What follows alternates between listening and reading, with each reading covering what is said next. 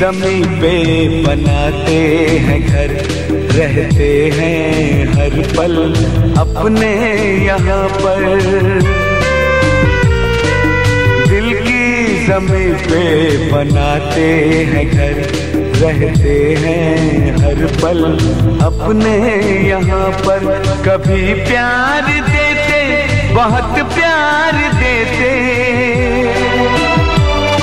कभी प्यार देते, कभी आग देते, छीन कर खुशियाँ कभी दाग देते, छीन कर खुशियाँ कभी दाग देते।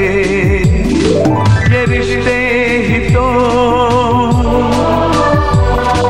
ये रिश्ते ही तो, ये रिश्ते ही तो, ये रिश्ते ही तो।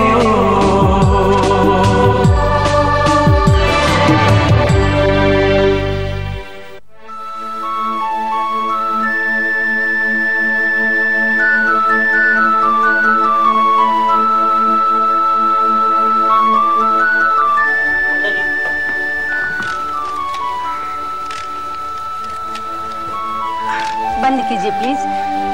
ममता जी, आपके बारे में जनता को कुछ बताना सूरज को दिया दिखाने जैसा होगा। फिर भी आपसे एक सवाल पूछना है, अगर आप आज्ञा दे तो। सवाल पूछिए, क्या पूछना चाहते हैं आप? आज आपने जो करिश्मा किया उसके लिए जनता बहुत ही बेचैनी से आपके संदेश का इंतजार कर रही है कि 15 दिनों से हड़ताल पे बैठे हरिश्चंद्र जी और उनके साथियों ने आपके सिर्फ कह देने भर से अनशन तोड़ दिया, जबकि बड़े बड़े नेता, यहाँ तक कि मुख्यमंत्री जी ने भी उनके मांगों पर विचार करने का आश्वासन देते हुए उनसे अनशन तोड़ देने का आग्रह किया था, जो कि उन्होंने ठुकरा दिया।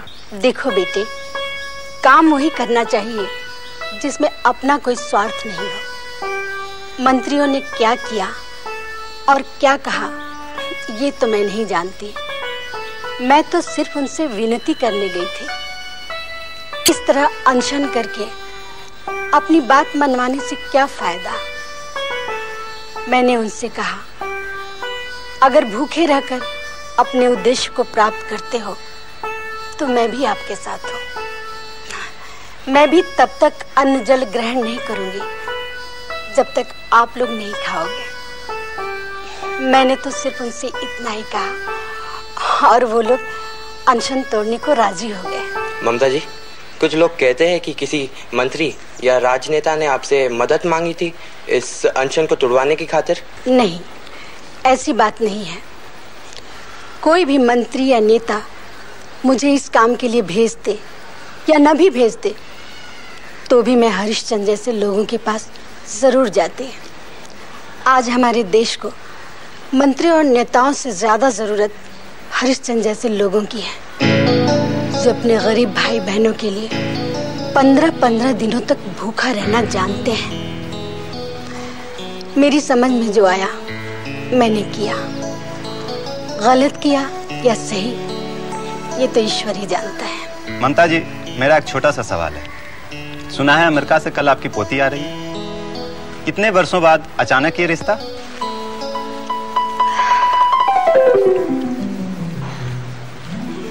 बेटी, रिश्तों की कोई उम्र नहीं होती है। इंसान खत्म हो जाता है लेकिन रिश्ते कभी खत्म नहीं होते। मरने के बाद भी इंसान के साथ रिश्ते जुड़े रहते हैं। अब मैं अपनी पोती के बारे में क्या बताऊं, बस इतना ही कि वो मेरे बेटे की बेटी है। उसका पिता मेरा अपना बेटा है। बहुत दिनों के बाद या यूं कहें पहली बार वो अपनी दादी से मिलने हिंदुस्तान आ रही है। अच्छा बच्चों, तो अब मैं चलूं?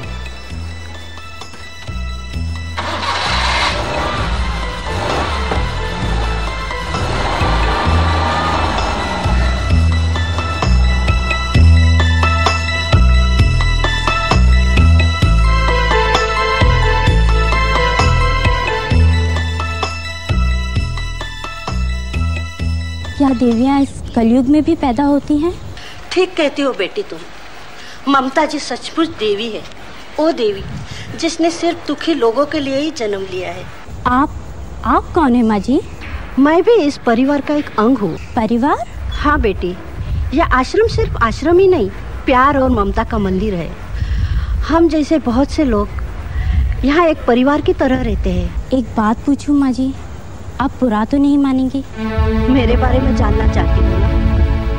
जानकर क्या करोगी? बस यूं ही समझ लो, मैं एक औलाद पैदा करने की सजा भुगत रही हूँ। औलाद पैदा करने की सजा? मेरी कुछ समझ में नहीं आया। ना ही समझो तो अच्छा है बेटी। बड़ा दुख देते हैं ये रिश्ते। एक माँ अपने खून से सींचकर औलाद पैदा करती है, जिसके एक आंसू पर अपनी सारी खुशियां निछावर कर देती है। अगर वही औलाद खून के आंसू तोहफे में दे दे तो क्या फायदा ऐसे औलाद पैदा करने का? क्या फायदा ऐसे रिश्तों का? ये आप क्या कह रही हैं माँ जी? जीवन की सच्चाई बता रही हूँ बेटी। मैं सड़कों पर, चौराहों पर एक जवान बेटे की माँ बनकर, हाथों में कटोरा लेकर भीख में लोगों की गालियां धुतकारे सुनती रही। मगर एक दिन ममता जी की नजर मुझ पर पड़ी और वो मुझे यहाँ ले आए। बस यही है मेरी कहानी और यहाँ के लोगों की कहानी।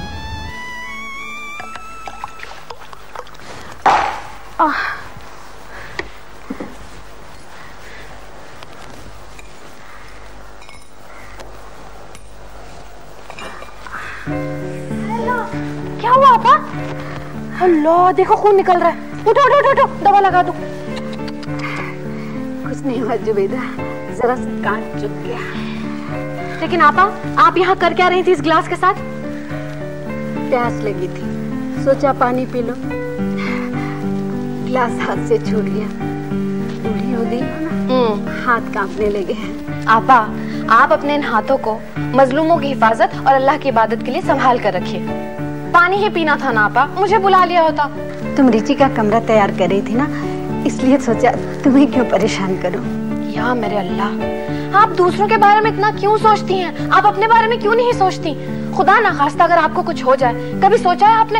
एक अकेले जुबैदा ही नहीं, सैकड़ों बच्चे अनाथ हो जाएंगे आपा। पगली, तू तो ऐसे घबरा रही है जैसे कांच मेरी उंगली में नहीं, मेरे सीने में चुभ गया है। देखना, खून भी रुक गया है। आपा, आप और कितने दर्द छुपाएंगे अपने सीने में? मेरी तो समझ में नहीं आता भाई कि आप किस मिट्टी की बनी? उसी मिट्टी से जिस मिट्टी से तू बनी है। या अल्लाह, देखा, आपकी बातों में भूल गई। कितना काम बाकी है मेरा, रसोई पूरी बाकी है। और आज पकवान बनाने शुरू करूंगी आपा, तो कल सुबह जाकर तैयार होंगे। अरे हाँ, काम तो बहुत बाकी है।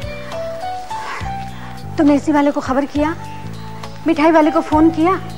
और हाँ, रिची के कमरे में जरा भी डस्ट नहीं रहने देना। अच्छी तरह सफाई करना। मुन्नी को ना डस्ट से एलर्जी है, हो सकता है रिची को भी हो। और हाँ सुनो, तुम तो सुबह से ही काम कर रही हो, थोड़ी देर आराम कर लो। लो कर लो बात। आपा, इतने सालों के बाद मुझे किसी की खिदमत करने का मौका मिला है और आप कह रही हैं आराम कर लो। अभी तो अच्छा बाबा, अच्छा, तुझे जो करना है कर, पर मुझे गिलास पानी पिला सकती है? बड़ी प्यास लगी है। अरे मेरी आपा, मैं आपको पानी भी पिलाऊंगी और चाय भी पिलाऊंगी, लेकिन आप खुदा के लिए आराम कीजिए, ठीक है? मैं अभी पानी लेकर आती हूँ।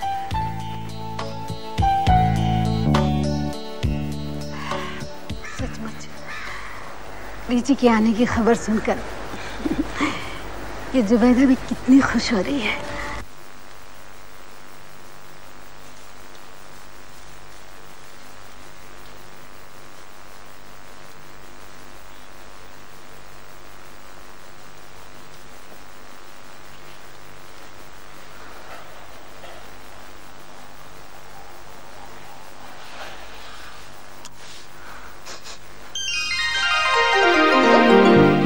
असली घी की खुशबू कहाँ से आ रही है? ये आपा भी ना।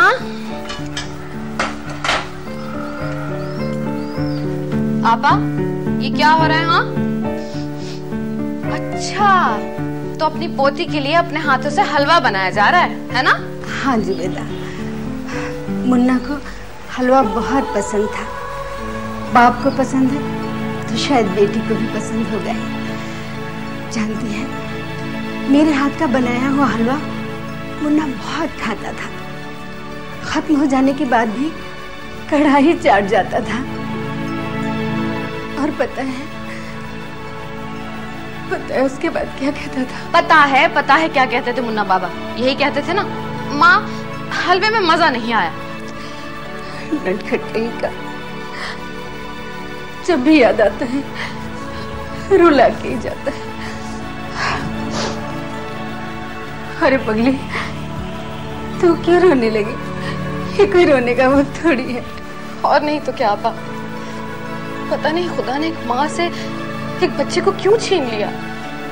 शायद वो सारी तकलीफों की इंतहा आप ही से शुरू करना चाहता है, या फिर खुदा ये साबित करना चाहता है कि मैं एक ऐसी औरत भी बना सकता हूँ जिसके खुद के सीने पर गमों के पहाड़ टूटे हुए हैं, लेकिन वो दूसरों की एक खुशी के लिए वो औरत अपना सब कुछ कुर्बान करने को तैयार है। कभी कभी तो आपा मुझे ऐसा लगता है कि मैं खुदा से पूछूं कि खुदा, जब तुझे औरत को तकलीफें देनी थी, इम्तिहानों से ही गुजारना था, तो फिर तूने औरत को बनाया ही क्यों खुदा? नहीं जुबैदा, ऐसी बात नहीं कहते। देख, ये खुदा की ही तो इनायत है कि आज हमारे जख्मों पे मरहम लगा रहा है।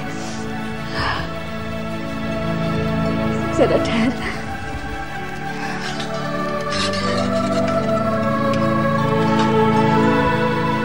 ये खा के देख तो कैसा बना है। जी आपा, आप एक काम कीजिए, इस कढ़ाई को कहीं छुपा दीजिए। क्यों? क्या हो गया? अरे हुआ कुछ नहीं, लेकिन हो जरूर जाएगा। मैंने अपनी जिंदगी में इतना अच्छा हलवा तो कभी नहीं खाया आपा। अगर मुन्ना बाबा होते तो यही कहते कि माँ, हलवे में मजा नहीं आया। बहुत अच्छा बना है आपा, बहुत अच्छा बना है। आपा, लगता है रिची बीबी आ गई। मैं अभी आती हूँ। दादी माँ, दादी माँ, Am I right? वो रही तुम्हारी दादी माँ। दादी माँ, मेरी स्वीट स्वीट दादी माँ। मेरी बेटी, ये भगवान, मुझे फिर कोई ख्वाब तो नहीं दिखा रहा है। ख्वाब नहीं दादी माँ, नो ड्रीम। आपके सामने आपके बेटे की बेटी यानी कि आपकी ग्रैंड डॉटर रिची खड़ी है। यकीन नहीं हो रहा तो मैं अपने डैड का नाम बताती हूँ। मेरे डैड का नाम है a great businessman, mister Jackson. Jackson? ये किस जैक्सन की बात कर रही है तू? उन्हीं जैक्सन के बारे में जो घर में आपके प्यारे प्यारे मुन्ना और इंडिया में श्री जय किशन जी के नाम से जाने जाते थे। यू नो दादी माँ, अमेरिका में स्टेटस के हिसाब से नेम भी चेंज हो जाते हैं। आपा, अब क्या सारी बातें वहीं खड़े खड़े कर लेंगे आप? यहाँ आइए ना, आराम से बैठिए। आओ बेबी।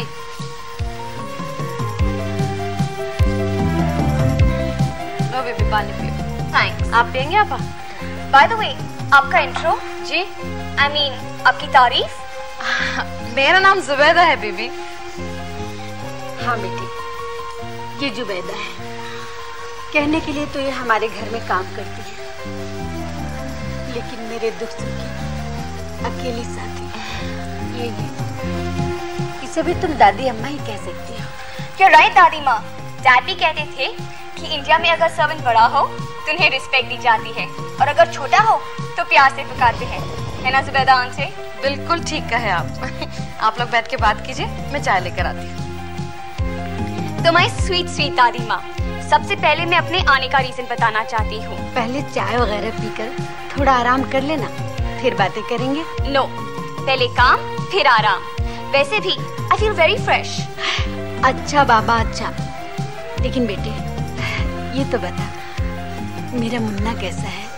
He is fine, बहुत अच्छे हैं। और मम्मी कैसी है? She too is fine। जानती है दादी माँ, इस बार मैंने सोच रखा था कि एग्जाम्स खत्म होते ही मैं इंडिया आऊंगी। बहुत अच्छा किया, लेकिन काश तेरे साथ तेरे मम्मी पापा भी आते। ओह यस, आप जानती हैं दादी माँ, डैड ने कहा कि रिची मैं तुम्हारी दादी माँ को बुलाते बुलाते थक गया हूँ, पर वो है कि आती ही नहीं। जा, इस बार तू ही उन्हें बुला और मैं आपको लेने आई हूँ। दादी माँ एक बात बताइए, आखिर क्यों नहीं चलना चाहती आप अमेरिका? देखो बेटे, मेरे कंधे पर किसी की अमानत का बोझ है, ढेर सारी जिम्मेदारियां हैं मुझ पर। और ये बात सुबह से कितनी बार बता चुकी हूँ तुम्हें। पर कैसी जिम्मेदारियां दादी माँ? जिम्मेदारियां हैं बेटे उन बूढ़े माँ बाप की जिन्हें बुढ़ापे में उनकी औलाद ने बिना वजह कूड़े करकट की तरह घर से निकाल फेंका। उन बुजुर्ग लोगों की जिनका इस दुनिया में अपना कहने वाला कोई नहीं। जिम्मेदारी है उस वृद्धा आश्रम की जिसे एक माँ बाप ने अपने औलाद से सताए जाने पर बड़े ही विश्वास और भरोसे के साथ मुझे सौंपी है।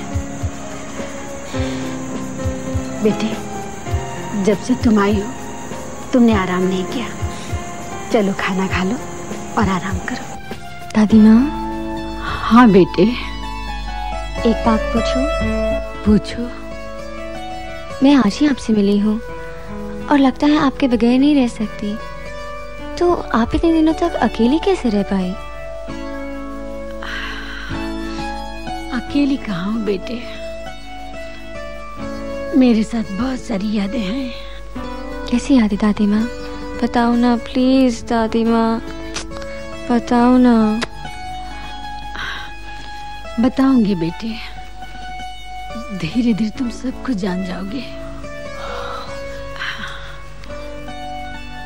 दादी माँ प्लीज बताओ ना। देखो, आज सुबह से तुम थोड़ी देर के लिए भी आराम नहीं की हो। अब सो जाओ, कल हम ढेर सारी बातें करेंगे। आराम तो मैं कर लूंगी, लेकिन ये याद रखना इस बार आपकी पोती आपको लेकर ही जाएगी। गुड नाइट दादी माँ। नहीं, फिर मुझे मोह के जाल में मत बांधो, मुझे रिश्तों के भंवर में मत उलझाओ।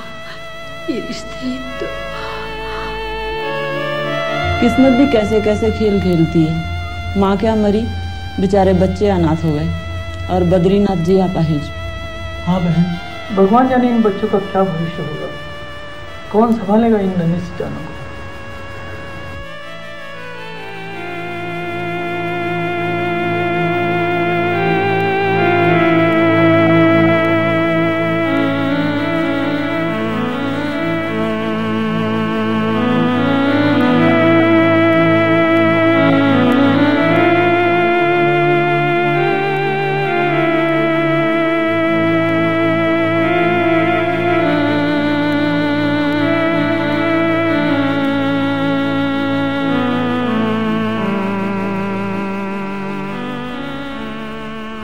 ममता बेटे, तुमने टीना और राकेश को तो पढ़ा लिखा के बड़ा कर दिया, बहुत अच्छी बात है, मगर कभी अपने बारे में तुमने सोचा? आखिर मुकेश को कब तक इंतजार करवाओगी?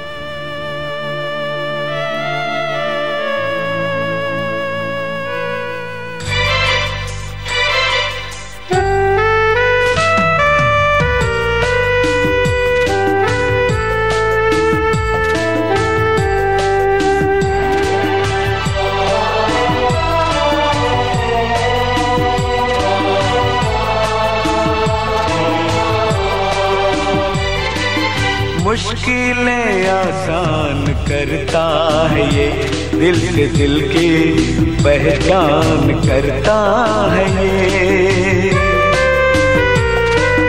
मुश्किलें आसान करता है ये, दिल से दिल की पहचान करता है ये। रास्ते सिमट जाते हैं, जिंदगी संवर जाती है, जब कोई राहों में साथ चलता है।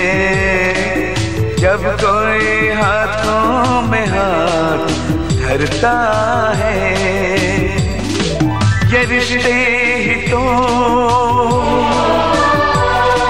ये रिश्ते ही तो, ये रिश्ते ही तो, ये रिश्ते ही तो।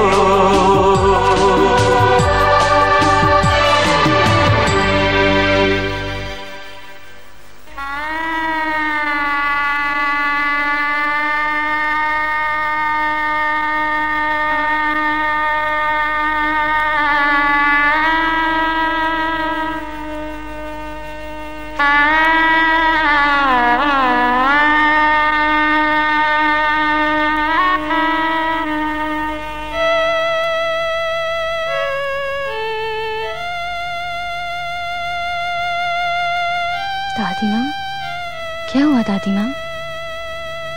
कुछ नहीं बेटे, कुछ नहीं। आप रो क्यों रही हैं? रो कहाँ रही हूँ, ये तो खुशी के आंसू है। तू मेरे पास आई ना, तुझे देखा तो खुशी के मारे मैं आंसुओं को रोक नहीं सकी। ओ दादी माँ, अब आप मुझे रोज देखेंगी तो क्या रोज खुशी के आंसू बहेंगे? छोड़ो ना दादी माँ, सो जाओ। Good night. देखो ना कितनी रात हो गई है। हाँ बेटे, रात तो बहुत हो गई, पर क्या करूं, यादें हैं कि साथ ही नहीं छोड़ती।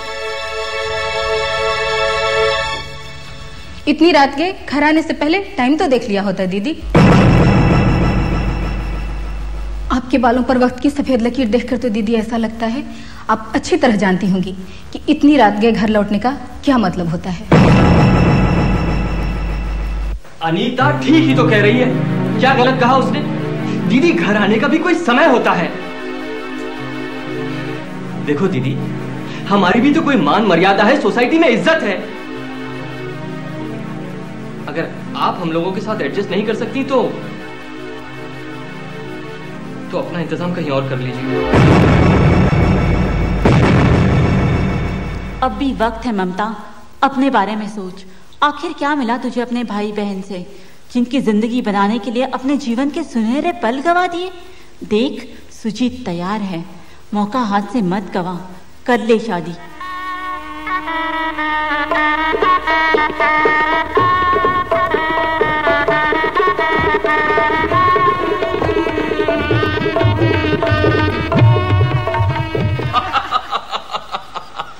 Cheers!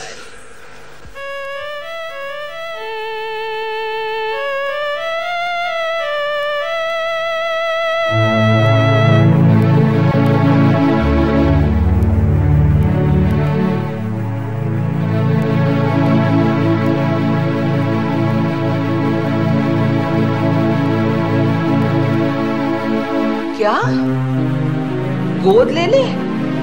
दूसरे की औलाद गोद ले ले?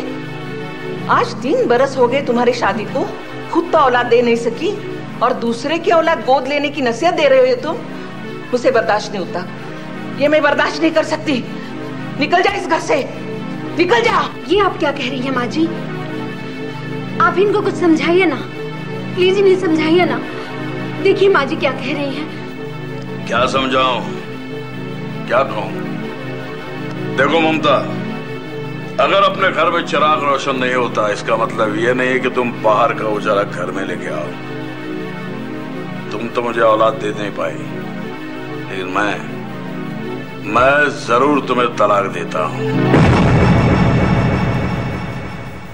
जब से जन्म इंसान लेता है, रिश्तों की भीड़ में होता है। माता पिता भाई बहना,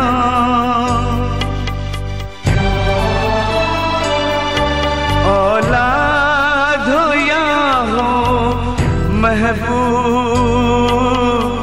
दिल में समाते भी ये, दिल को जलाते भी हूँ। उल्फत उल्फत के धागे से बांधे, स्वार्थ के धारे से काटे।